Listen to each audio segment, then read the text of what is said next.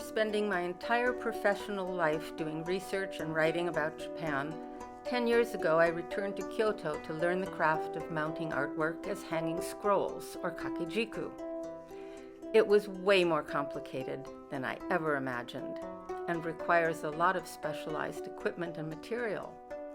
Long fibered paper, cooking wheat starch paste, precision measuring and cutting.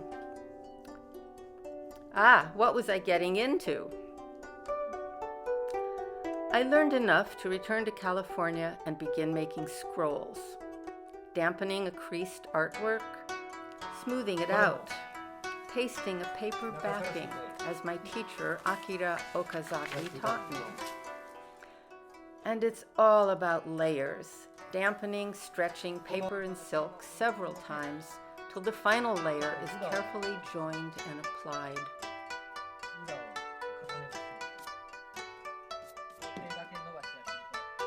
And the whole thing is pounded with a special brush.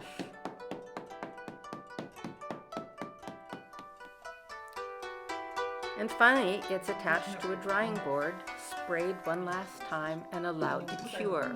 A month would be good. When it's ready to come off the board, a rod is attached to the bottom,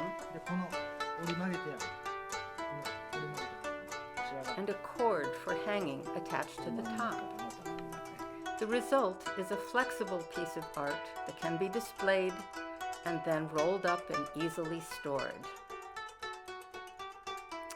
Very challenging. But I came back to California with supplies and began making scrolls, backing and layering paper and silk, choosing unconventional fabrics and designs, but mostly following the proportions dictated by tradition. And there are rules, lots of rules, although I didn't always follow them. After making dozens of scrolls this way, I realized that I could design scrolls digitally on a computer and print them out as a single layer, thereby using any kind of image I pleased. I'm not a calligrapher myself, but I appreciate the fine brushwork of Chinese and Japanese writing.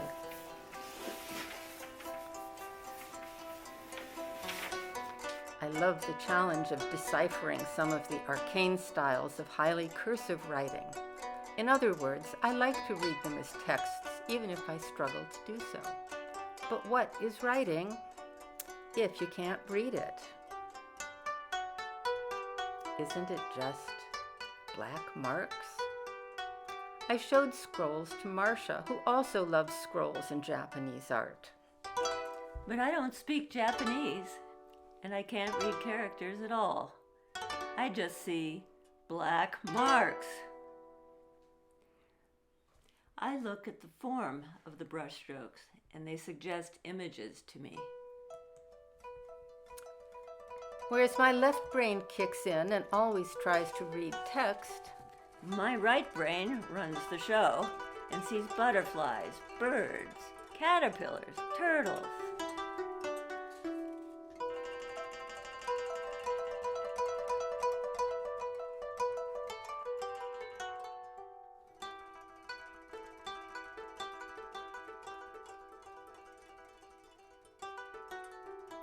how do you do that?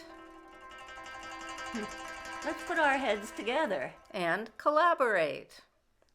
Take this calligraphy by Min. It means enough is enough. In a case like this, I sometimes find English words that may relate to the meaning and may require some work to decipher. Just like a Japanese reader may have to look hard to puzzle over characters, look closely, letter by letter, and see enough money. Thanks. After Marcia's design, I digitally manipulate it and design a mounting. Then I send it to a specialized printer to print on fabric.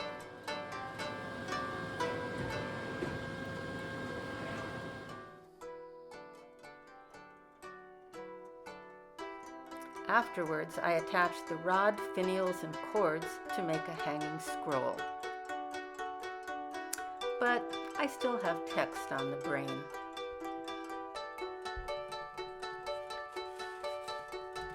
Bikers call these road repairs tar snakes, but to me, they often resemble calligraphy.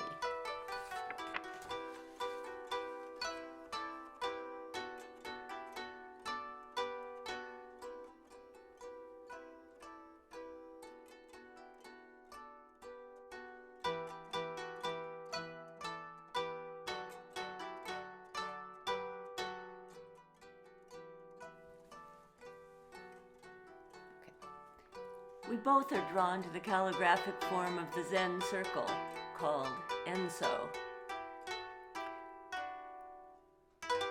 A textless circle, open or closed, brushed as a single stroke, symbolizing enlightenment.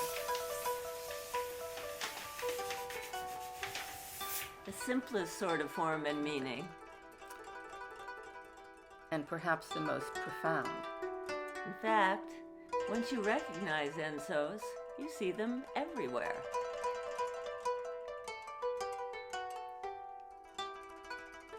By taking up these simple forms, we see that anything can be worth contemplating when framed in the format of a hanging scroll.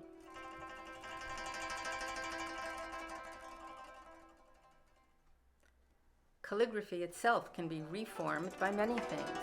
A strand of bull kelp mounted with Japanese paper and hung in front of calligraphy that it resembles. A traditional landscape deconstructed and mounted on smooth river stones.